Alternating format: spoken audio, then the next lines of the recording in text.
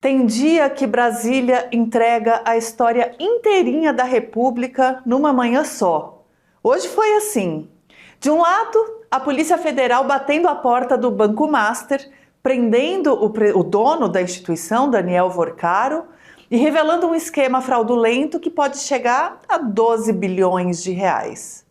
De outro, o Congresso debatendo um projeto de lei que, nas versões mais problemáticas, enfraquece dramaticamente a própria Polícia Federal e a Receita Federal, exatamente no dia em que essas duas instituições explicavam ao país como funcionava uma fraude monstruosa no mercado financeiro e semanas depois de esses mesmos dois órgãos terem mostrado os tentáculos financeiros do crime organizado.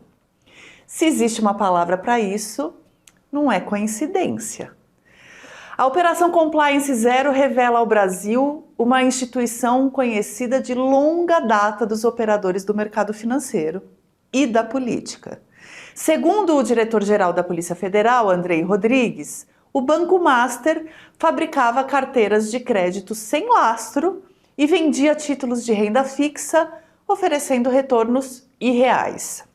A Polícia Federal prendeu Vorcaro num jatinho particular, prestes a decolar para Malta, e cumpriu ainda 25 mandados de busca e apreensão em 5 estados e encontrou R$1.600.000 em espécie na casa de um dos alvos. Poucas horas depois, o Banco Central decretou a liquidação extrajudicial do Master, encerrando de vez as atividades da instituição. Mas nada disso surgiu do nada. O Master é só o capítulo mais vistoso de uma história que começou muito antes. Vorcaro tem uma trajetória peculiar, que mistura conexões religiosas, negócios de família, tentativas fracassadas de enriquecer e uma capacidade única de circular entre mundos que raramente se cruzam a olhos vistos. Frequentava e se relacionava com igrejas influentes, prefeituras, incorporadoras, fundos de investimento, com o alto clero do Centrão, com ex-ministros do STF, ex-ministros da Fazenda, governadores, grandes escritórios de advocacia, fundos de pensão e executivos da Faria Lima. Sim, Daniel cresceu na Igreja Batista da Lagoinha, em Belo Horizonte, graças a uma intervenção do avô, que tentava colocar o pai do Daniel nos trilhos. E foi ali que Daniel ganhou um programa musical na Rede Super, comprada então com apoio financeiro do pai. Quando ensaiou seu primeiro voo empresarial, um curso pré-vestibular e uma editora de livros didáticos financiados pela família, o negócio naufragou. Embora ele próprio, o Daniel Vorcaro, conte outra história. Mas quem conta essa história muito bem é a Consuelo Diegues, na revista Piauí. Eu recomendo que vocês busquem essa reportagem. Depois veio a aposta imobiliária de Vorcaro, um hotel Golden Tulip, às vésperas da Copa de 2014, que consumiu mais de 200 milhões de reais e virou ruína por falta de dinheiro. O fracasso não impediu a próxima cartada e aí Vorcaro comprou o Banco Máxima, já quebrado, que foi oferecido para ele por um sócio com quem ele fazia negócios. O Banco Central levou 2 anos analisando o pedido. Em 2019, autorizou. Em 2021, o Máxima virou Master. E o resto, a Polícia Federal está recontando agora. De um banco quebrado, Vorcaro produziu um símbolo de crescimento fulminante. Multiplicou o patrimônio líquido de 219 milhões para 5 bilhões de reais em 5 anos. E como ele fez isso? Com uma alavancagem no limite permitido, CDBs pagando até 130% do CDI, precatórios na carteira, investindo em empresas em dificuldade como Light, Ambipar, Oi, Gafisa e vendendo tudo sob o slogan de que, se desse errado, o FGC garante. Só o Rio Previdência, o feudo do União Brasil, comprou 700 milhões de reais em títulos. A SEDAI, Estatal de Saneamento Fluminense, mais 200 milhões de reais. Para quem não sabe, o FGC é o Fundo Garantidor de Crédito, criado no governo FHC para que bancos tenham uma espécie de colchão de que se socorrer caso entrem em crise. O fundo garante a cobertura de até R$250 mil para investidores nesses agentes financeiros. E não à toa, foi batizado de Emenda Master o projeto de autoria do senador Ciro Nogueira, do PP, que previa o aumento da garantia do FGC de 250 mil para R$1 milhão por cliente. Calma, vou explicar melhor. Se você viu Ciro Nogueira hoje nos Trending Topics do Twitter, é porque, além de ser autor desse projeto aí, ele também ajudou a barrar uma CPI para investigar o Banco Master. E foi o Ciro Nogueira também que botou Tarso Tassis, um ex-assessor de Vorcaro, na diretoria da Caixa Econômica Federal. Tarso demitiu 3 gerentes da Caixa que barraram uma negociação com o Master da ordem de R$500 milhões. E a Caixa, para quem não sabe, é zona de influência de Arthur Lira, também do PP. Conforme o Master cresceu em valores e em influência, Vorcaro foi contratando consultores de luxo, como o ex-ministro da Fazenda Guido Mantega e o atual ministro da Justiça Ricardo Lewandowski. Entre os escritórios de advocacia que atuam para o Master está o de Viviane de Moraes, mulher do ministro Alexandre de Moraes. O Master também ajuda a bancar o Gilmar Palusa, do ministro Gilmar Mendes. Sabe quando cai um favo de mel no chão e tudo que é abelhinha começa a circundar? É assim que gente com muito dinheiro opera em Brasília, atraindo muitos e muitos interesses e muitos atores. E cá entre nós, quem é hoje a única instituição brasileira com lastro suficiente para mexer nesse vespeiro? Sim, é ela, a Polícia Federal. Eu sou a Flávia Tavares, editora do Meio. Fica aqui comigo para a gente falar um pouco mais do que está rolando no Congresso hoje. E saiba que, além desse jornalismo gratuito que a gente faz aqui no YouTube, a gente também tem a assinatura Premium, que te dá acesso à edição de sábado, nossa newsletter com reportagens especiais e ao Meio Político, a newsletter com análises originais que você só encontra aqui. Além disso, você também pode acessar o nosso streaming com documentários exclusivos nossos. E eu já vou te dar um spoiler. Tem um sensacional saindo do forno logo, logo. Então assina o Meio. São só R$15 por mês.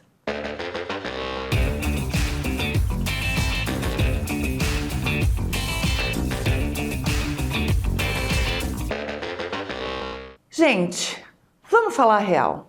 Se a Polícia Federal não tivesse puxado o fio do Master, quem puxaria? Quem de fato tem hoje no Brasil capacidade técnica e credibilidade pública para desmascarar um esquema que mistura colarinho branco, fundos públicos, bancos estaduais e tentativa de política de interferência? Isso tudo, claro, com auxílio luxuoso e fundamental de Banco Central e Receita Federal. Mas é por isso que o debate sobre o projeto de lei antifacção não pode ser separado do que aconteceu hoje. A versão relatada por Guilherme Derrite, do PL Antifacção, introduz dispositivos que têm o efeito, na prática, de enfraquecer a Polícia Federal e a Receita Federal em investigações de variados tipos, inclusive esse. Dificulta a perda de bens de investigados ao exigir o trânsito em julgado, algo que levaria anos ou décadas, por exemplo. E em seus primeiros pareceres, o Derrite retirava poderes históricos da Receita de reter mercadorias irregulares, criava uma ação civil lenta, burocrática. Auditores, promotores e delegados, todos de vários vieses, ou melhor, sem vieses, disseram com todas as letras: esse texto favorecia o crime organizado. E não só o crime armado, favorecia também o crime de mercado, o crime das importações fraudulentas, o crime das refinarias paralelas, o crime das operações com criptoativos, o crime dos bancos improvisados e dos fundos oportunistas. favorecia quem lucra com a opacidade estatal e favorecia quem prospera quando a Receita e a Polícia Federal ficam de mãos amarradas. E aí vem o segundo movimento do dia. Andrei Rodrigues, o diretor-geral da Polícia Federal, foi ao Senado, hoje de manhã, explicar como o órgão opera e aproveitou para falar da operação do Master. A nossa queridíssima repórter Júlia Kekia estava lá e me contou o que viu para eu poder contar aqui também. Andrei encontrou uma CPI do crime organizado vazia. E vazios são sempre muito reveladores, especialmente na política, especialmente numa CPI que tinha tudo para fazer muito barulho. A ironia é que a Polícia Federal não é uma instituição recém-chegada ao combate ao crime sistêmico. Ela atravessa governos. Ela investigou a Petrobras, investigou as empreiteiras, investigou os partidos políticos, rastreou as propinas, conduziu operações complexas da Lava Jato, que, apesar dos erros do Ministério Público, do juiz Sérgio Moro, de então, que depois vieram à tona, as investigações técnicas da Polícia Federal sustentaram uma parte muito importante do processo. E foi a Polícia Federal que investigou Jair Bolsonaro no caso das joias sauditas. Apreendeu peças, analisou os fluxos, colheu os depoimentos. Foi a Polícia Federal que resistiu às tentativas de interferência política no governo Bolsonaro. E é a Polícia Federal que agora, sob o governo Lula, segue atuando sem notícia de tentativa de blindar aliados, de trocar diretores para proteger investigados ou de sabotar operações. Não existem instituições perfeitas, em absolutamente todas. Há quem haja de má fé ou de boa fé. Há quem haja com competência ou com inépcia. Mas em muitas métricas, a Polícia Federal segue sendo relativamente competente num Brasil de muitas dificuldades para investigar e punir crimes complexos e criminosos poderosos. Ela continua expondo esquemas, seguindo o dinheiro, conectando pontos, desfazendo negócios nebulosos, alcançando setores onde nenhuma outra instituição entra. E é justamente porque ela se mantém ativa, técnica, autônoma e atravessando governos que incomoda quem prefere a opacidade, a confusão e a imunidade. O governo federal apresentou um projeto de lei antifacção que previa o fortalecimento da Polícia Federal. Alguns setores do governo federal queriam inclusive a criação de uma agência para além da Polícia Federal, ao que a Polícia Federal resiste. Os pareceres de Guilherme Derrite esvaziam a Polícia Federal. E aí a gente chega à pergunta final, inevitável, a pergunta que costura tudo. Quem se fortalece quando a Polícia Federal fica mais fraca? Eu sou a Flávia Tavares, editora-chefe do Meio. Se você já acompanha o nosso jornalismo, sabe como a gente trabalha para trazer a curadoria do noticiário e análises que realmente fazem você pensar. E se eu te disser que a gente tem algo ainda mais exclusivo esperando você? Todos os sábados, a gente traz uma edição especial da newsletter do Meio, com reportagens que aprofundam os temas mais relevantes da semana ou com abordagens e histórias originais. Por exemplo, você conhece como funciona o tráfico internacional de armas no Brasil? Recentemente, a repórter Júlia Kekia mostrou detalhes de uma investigação que percorre vários continentes, revelando como armas do leste europeu chegam às mãos de facções brasileiras. Em outra edição, Pedro Doria faz uma análise completa sobre como a direita brasileira está se reorganizando e qual o tamanho da influência de Jair Bolsonaro. Uma reflexão que conecta as peças do cenário político atual de uma maneira crítica e necessária. Numa outra, eu e a Júlia conversamos com Pablo Hortelado, Felipe Nunes, Maurício Moura e Renato Meirelles, 4 dos maiores